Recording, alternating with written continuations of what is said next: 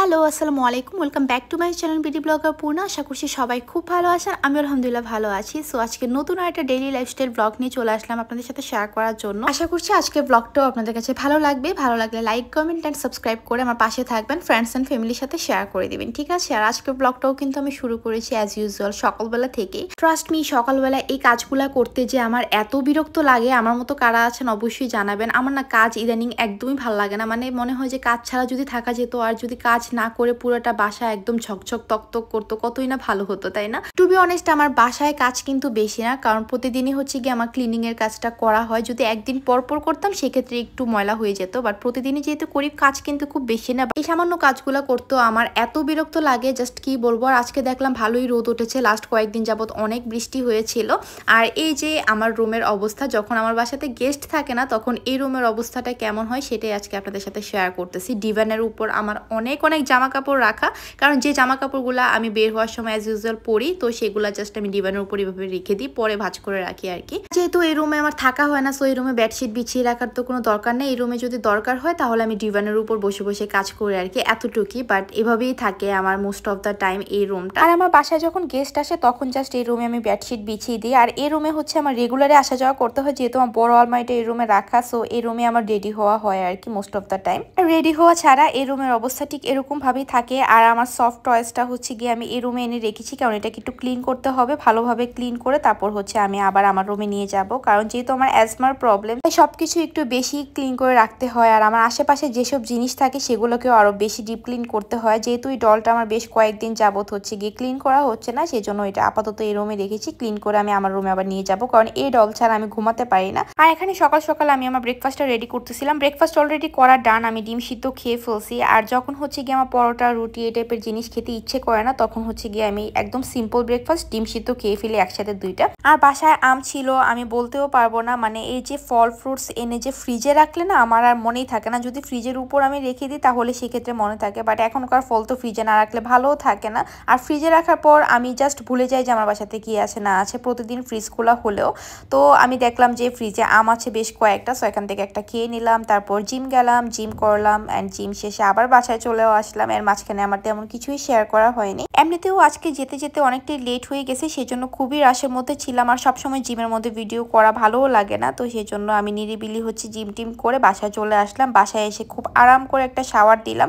But আমার স্কিনের অবস্থা তো দেখতেই পারছেন, কি আর বলবো। মানে যখনই আমার সামনে স্পেশাল কিছু থাকে বা স্পেশাল কোনো ডে থাকে, তখনই হচ্ছে গিয়ে তার আগেই আমার স্কিনের অবস্থাটা ঠিক এরকম বাজে হয়ে যায়। আর এখন তো মানে মাত্রাতিরিক্ত বাজে একটা অবস্থা, মানে সেটা আমি মুখে বলে বোঝাতে পারবো না, এত বাজে অবস্থা। যাই হোক, আল্লাহ ভরসা ঠিক হয়ে যাবে। অ্যাকচুয়ালি লাস্ট কয়েকদিন যাবত আমি অনেক বেশি প্যারার মধ্যে আছি, টেনশনের মধ্যে আছি, তো সবকিছু মিলিয়ে স্কিন আসলে রিয়েক্ট করে ফেলছে। যাই হোক, বাসায় এসে ফ্রেশ হয়ে আমি এখন একটু রান্না বান্নাটা কমপ্লিট করে ফেলতেছি। বাসায় যদিও অনেক টাইপের খাবার ছিল, রান্না করা খাবারই, বাট আমার ওইগুলো খেতে একদমই ইচ্ছে করতেছে না। লাস্ট কয়েকদিন যাবত আমি রিচ ফুড খেতে খেতে আমার আর ভালো লাগতেছে না। সো আজকে সকাল থেকে ইচ্ছে করতেছিল যদি একটু শাক দিয়ে ভাত খাওয়া যেত, খুব ভালো হতো। আর আমার আম্মু এই চিংড়ি মাছের যে পাকোড়াগুলো সেগুলো দিয়ে দিছিল, এগুলো এত মজার, এগুলো আমার এত ফেভারিট। আম্মু যখন বাসাতে বানাতো তখন জাস্ট আমি গরম গরম নিয়ে নিয়ে শুধুই খেয়ে ফেলতাম কয়েকটা। অ্যান্ড আজকেও সেম কাহিনী হয়েছে, আমি গরম করতে করতেই হচ্ছে কি দুইটা খেয়ে ফেলছি। আর আজকে অন্য কোনো তরকারির বক্স আমি নামাবোই না, আমার কোনো কিছু দিয়ে খেতে ইচ্ছে করতেছে না, আমার জাস্ট একটু শাক খেতে ইচ্ছে করতেছিল, যেটা আমি রান্না করে ফেলছি একবারে বেশি করে, অনেকগুলো শাক রান্না করে ফেলছি, যেটা আমার অলমোস্ট 2 দিন চলে যাবে। সো এখানে আমি শাক দিয়ে খাবো আর এই পাকোড়াটা দিয়ে খাবো। এটা এত মজা ছিল, দুইটা তো অলরেডি আগিয়ে সাবার করে ফেলছি, আর দুইটা এখন খাচ্ছি আর কি।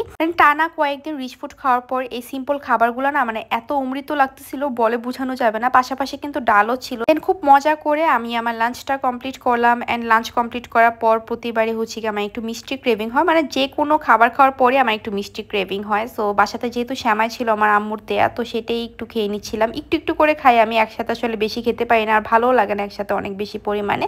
জাস্ট এখান থেকে আমি 2-3 চামচের মতো খেয়ে নিছি, তারপর আবার ফ্রিজে রেখে দিছি। আজকে না মানে সকাল থেকে দুপুর পর্যন্ত ওয়েদারটা এত ভালো ছিল, একদম ঋতুজ্জ্বল একটা ওয়েদার ছিল, যেমনটা আমার পছন্দ। বাট হঠাৎ করেই দেখলাম দুপুরের বেলায় মানে আকাশটা একদম অন্ধকার হয়ে আবার বৃষ্টি স্টার্ট হয়ে গেছে। তো বৃষ্টি দেখে আমার ভালো লাগতেছিল না, কারণ আজকে আমার বিকালবেলা বের হওয়ার একটু প্ল্যান ছিল। সো বৃষ্টি হলে তো আর বের হতে পারবো না, লাস্ট কয়েকদিন যাবত আমি বের হতেই পারছি না। আচ্ছা, আপনারা অনেকে এখন কোশ্চেন করতে পারেন যে আমি কেন ব্লগ দিচ্ছি না। লাস্ট কয়েকদিন যাবত আমি আসলে অনেক প্যারার মধ্যে ছিলাম, অনেক প্রেশারের মধ্যে আছি, সেজন্য আর ব্লগ যে এডিট করে আপনাদের সাথে প্রেজেন্ট করব সেটা আর হয়ে উঠতেছে না। বাট হ্যাঁ, সামনে অনেক স্পেশাল ব্লগ আসতেছে, অনেক স্পেশাল কিছু আসতেছে। অলরেডি থাম্বনেল দেখে বুঝিয়ে গিয়েছেন, আর যারা গেস করতে পারেন নাই তারা গেস করতে থাকেন কমেন্টে। আমি ইনশাল্লাহ নেক্সট কোনো একটা ব্লগে আপনাদেরকে জানিয়ে দিব কি সেই স্পেশাল জিনিসটা আর কি যেটা হতে যাচ্ছে। যাই হোক, অনেক সুন্দর ব্লগ আসবে, সো আমার সাথে কানেক্টেড থাকতে হবে। আর কানেক্টেড থাকতে হলে অবশ্যই আমার চ্যানেলটা সাবস্ক্রাইব করে পাশে থাকা ছোট্ট বেল আইকনটাতে ক্লিক করে রাখতে হবে, ঠিক আছে? আর ওই যে বৃষ্টিটা দেখতে পারলেন দুপুরবেলা হচ্ছিল, সেটা কিন্তু 10 মিনিট হওয়ার পরে অফ হয়ে গেছিলো। এরপর বৃষ্টি হয় নাই। তারপর দেখলাম যে আকাশটা অনেক সুন্দর হয়ে গেছে। সো বিকালবেলা না, আমি সন্ধ্যার দিকে একটু বের হয়েছি, কারণ বিকালবেলা আমি ঘুমাইছিলাম। বৃষ্টি দেখে আমি আরামসে একটা ঘুম দিয়েছিলাম। তো বের হয়েছিলাম বেসিক্যালি একটা কাজে, আর ওই কাজটা শেষ করার পর এখন আমি অবভিয়াসলি একটু বেরু করবো। যাওয়ার সময় এই কি বলে এটাকে, বাগান বিলাসটা খুব ভালো লাগতেছিল, তাই আপনাদের সাথে একটু শেয়ার করে নিলাম। দেন চলে আসলাম আমার পছন্দের একটা মোমো শপে। এটা ছিল একটা নাগা মোমো, আর মোমোর মধ্যে না নাগাটাই আমার বেশি ভালো লাগে। অ্যান্ড এটা এত মজা। অন্যান্য সময় এটা ডোটা একটু রেডিশ টাইপের থাকে, বাট আজকে দেখলাম যে সাদা টাইপেরই বানিয়ে দিয়েছে আর কি। তারপর চলে আসলাম আমি আমার পছন্দের জায়গার, মানে হচ্ছে গিয়ে টাউন হলে। বাট টাউন হলে আসা হতো সবসময় আমার ওই দাদুর চাটা খাওয়ার জন্য।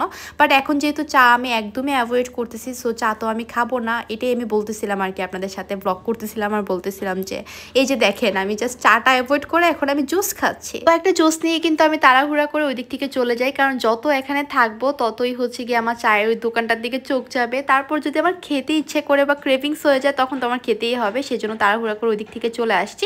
আর চলে আসলাম সংসদের এই রোডটাতে। যেহেতু লাস্ট কয়েকদিন যাবত অনেক বৃষ্টি ছিল, এই রোডটা কিন্তু অনেক একদম একটা মেলার মতো থাকে সব সময়। আর আজকে দেখলাম একদমই কম, হাতে গোনা 2-1টার মতো ছিল আর কি স্টল। সো যাই হোক, সুন্দর পরিবেশ দিয়ে যেতে যেতে জুসটা এনজয় করতেছিলাম। আর আজকে আমার তেমন কোনো কাজ নাই, রাতে বাসাতে গিয়েও কাজ নাই, সো খুবই চিল একটা মোডে ছিলাম। আর রাতে বাসায় গিয়েও রান্নার প্যারা না থাকলে কি যে ভালো লাগে জাস্ট বলে বুঝাতে পারবো না।